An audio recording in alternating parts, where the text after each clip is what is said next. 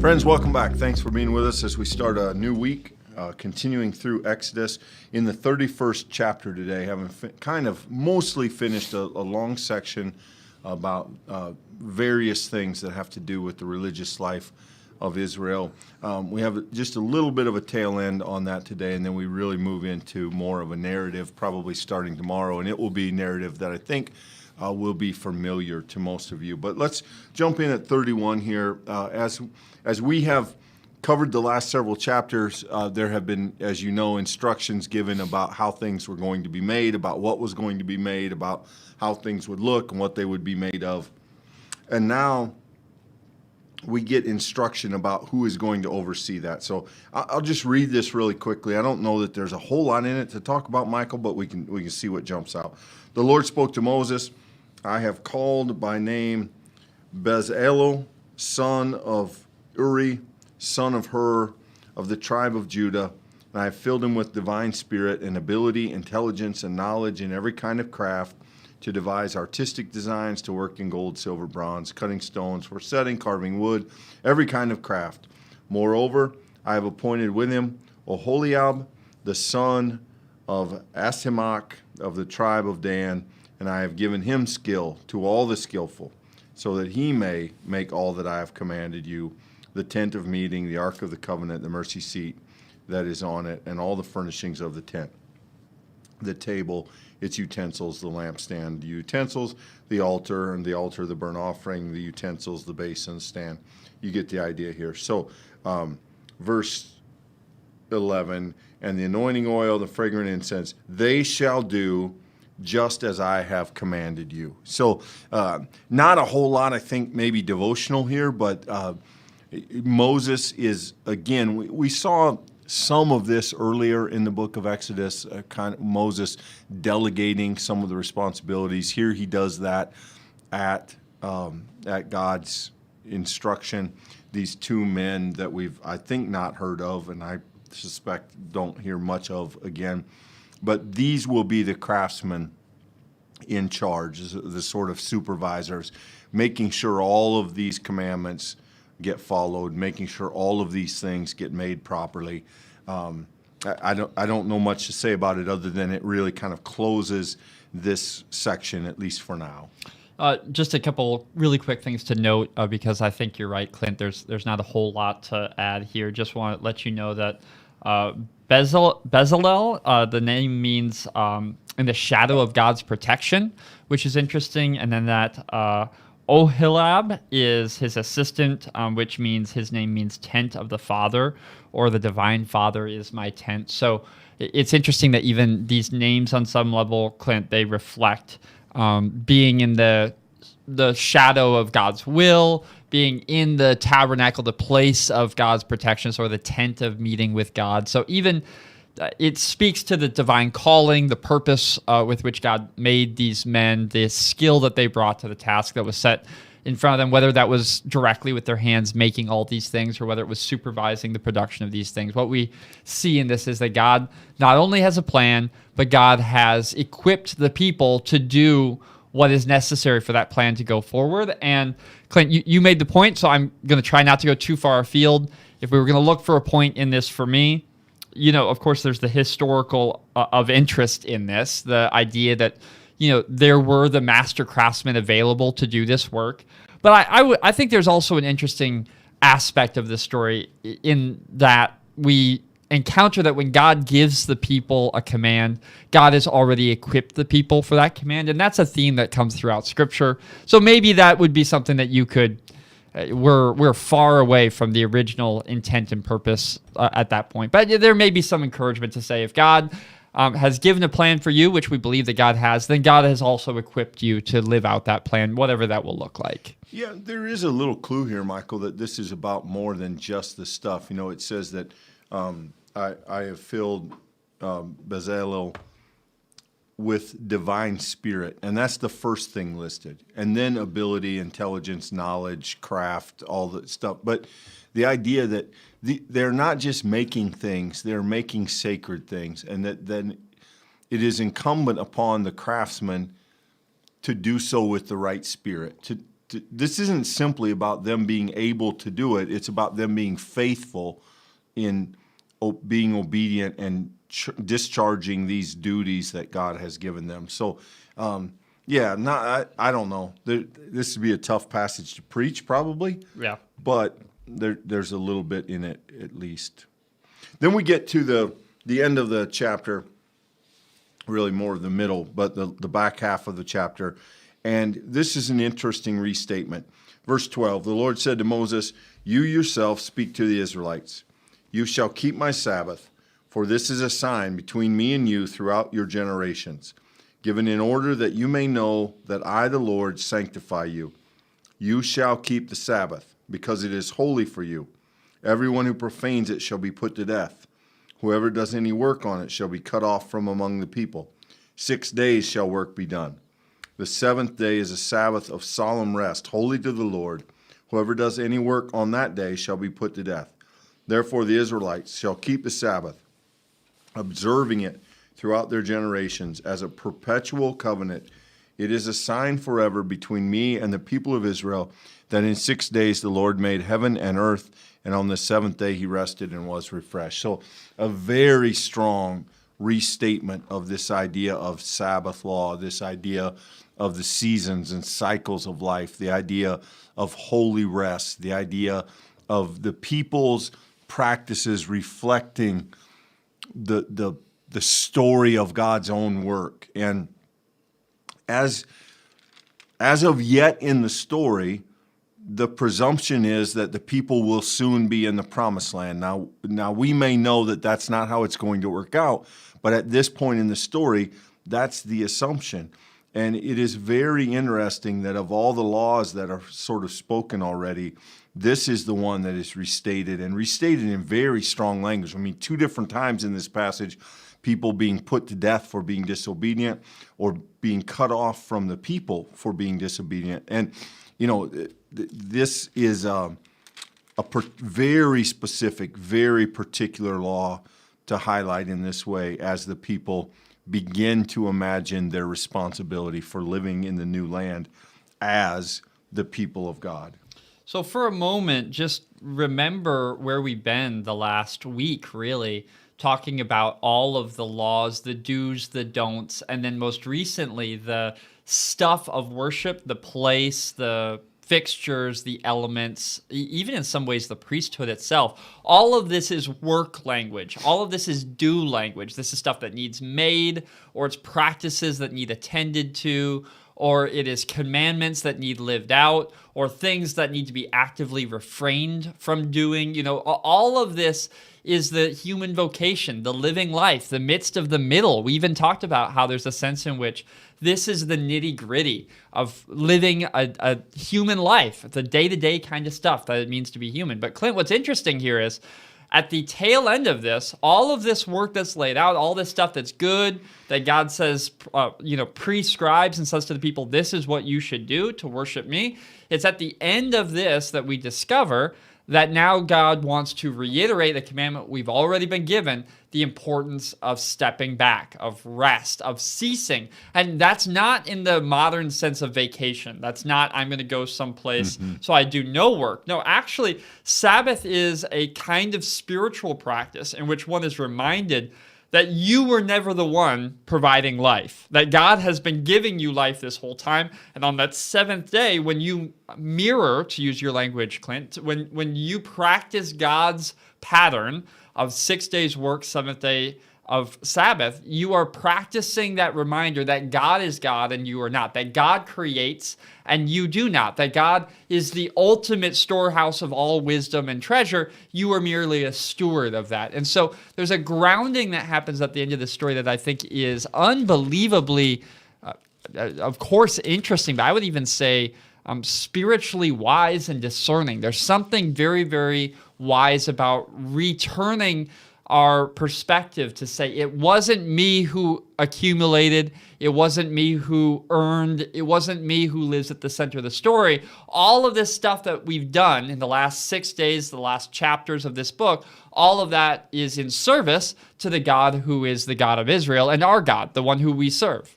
I think that I think in some ways, at least for me, Michael, the most helpful word to think about Sabbath is refrain, because it's the idea that the people will intentionally step back from the normal concerns of life.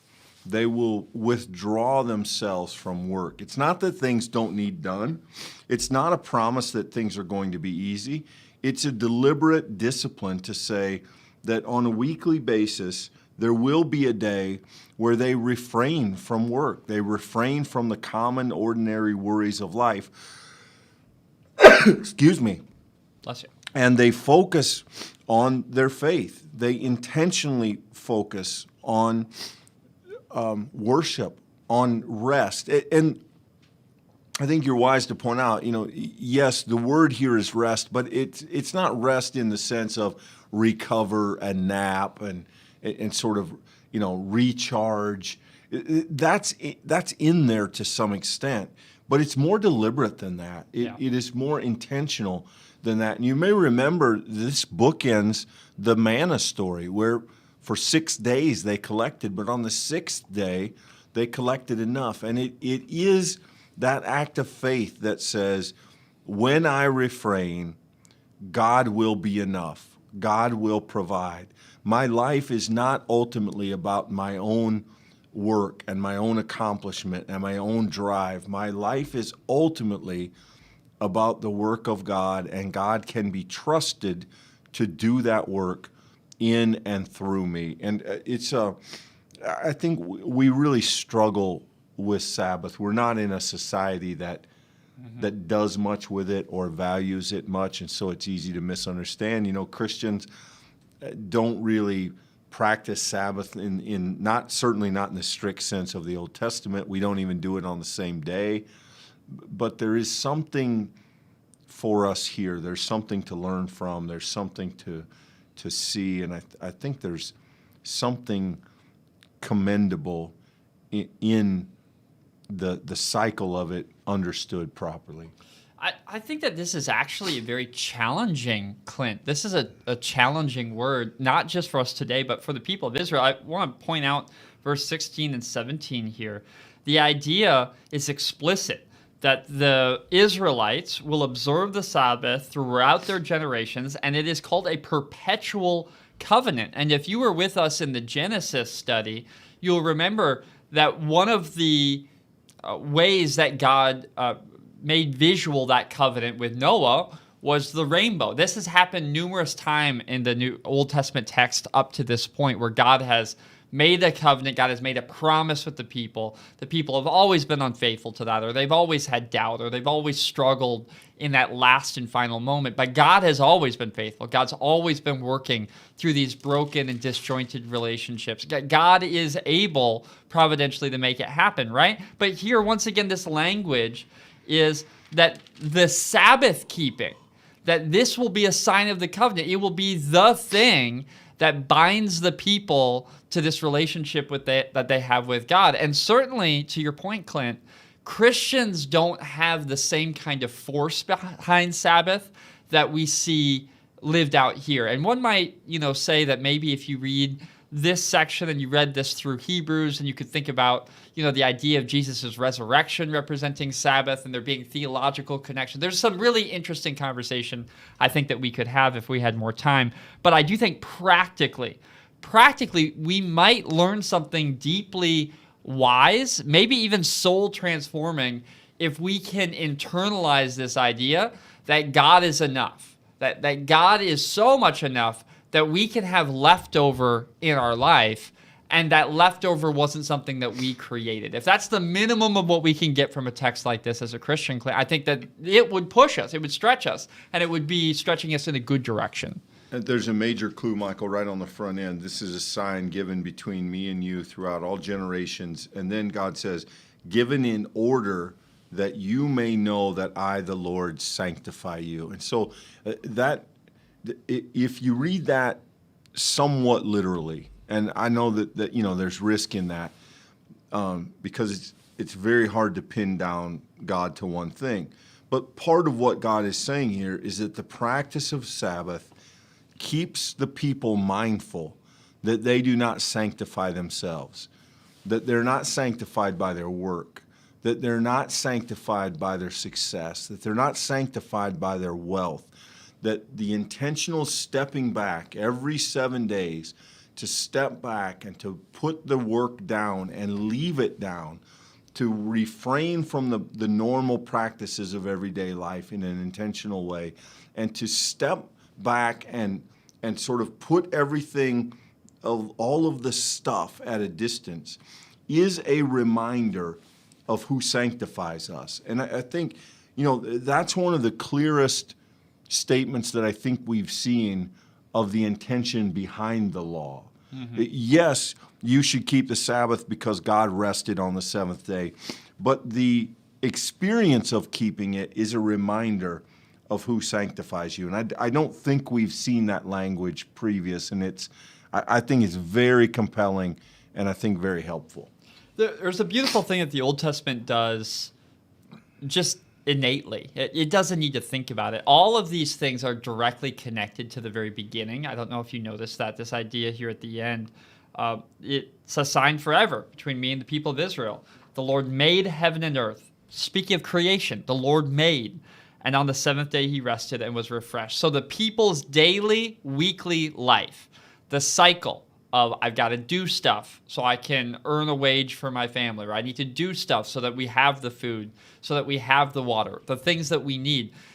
In the midst of that process, in the midst of that living, the people are actually theologically practicing with their hands and feet the very cycle that God shows in the making of all things. It's a beautiful kind of thing, almost the image of a child imitating their parent, watching their parent do something and then living their own life in such a way as to mimic it and then ultimately to make it a part of their own identity. That is the kind of thing that's happening here. And I think that Christians may miss the force of that in our own spiritual lives, Clint, because of the ways that we've interpreted Sabbath and the way that we live that out in our own faith. We might miss that when we live in this pattern, it's a constant daily reminder, a weekly practice that reunites us to the center of the faith, to the very God who made everything from the very beginning.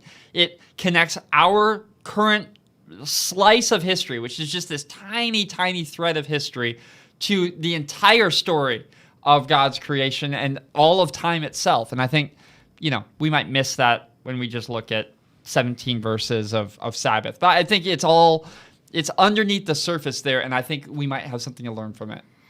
It would be interesting. It's not something we have time for, or maybe doesn't fit necessarily our purpose, but it would be interesting to put Sabbath law in conversation with the rest of the law of the Old Testament, specifically the communal law, because I think you could make a case, Michael, that Sabbath is not simply to be practiced individually. Sabbath is the reflection of a community that cares, of farmers who leave gleaning for the poor and the hungry in their fields. That Sabbath isn't just nobody work and the people who can't afford it, too bad for them, right? There is a communal, a care for one another woven into this that I think undergirds. Now, we don't see that here, but I think if you put the Sabbath laws in context with the other laws, it really paints a picture of not just a word to the individual, but a word to the people. You notice all the language here is plural. The you is plural, and the you people, you all, the people of Israel. There's not a lot of individual language here, and I think most often the laws are spoken like that. And then just a last word here as we finish up. Verse 18, and I love this verse. When God finished speaking to Moses on Mount Sinai, he gave him the 2 tablets of the covenant, tablets of stone, written with the finger of God. So the idea here is that there were engraved tablets with these various laws we've been hearing, with all these instructions, and that they come literally from the hand of God, from the finger of God. There's not an explicit tie, but you might remember a story in the book of John where Jesus is dealing with a prostitute, and there are people asking him questions, and it's a very strange detail in the story. It says he gets down and he writes in the dirt, and there are those who have connected this story and that story with the idea that they're trying to tell Jesus about the law, and Jesus is essentially writing with the finger who wrote on Mount Sinai, that idea that don't tell me about the law. I wrote it. I know it. And I just think it's a very interesting kind of a personification text here, written with the finger of God. That's a beautiful summary, Clint. I think that's a great place to leave it, remembering that this language of law, this language of sanctuary, of worship, has always been personal. It's always been relational. And whenever we miss that facet of the story, we tend to make it into a kind of cold, legalistic structure. And when we do that, we do a disservice to God's intention and also God's extreme decision to enter into human life in Jesus Christ, that he might unite us with him in spite of our sin. So thanks for being with us, everyone. Yeah, see you tomorrow.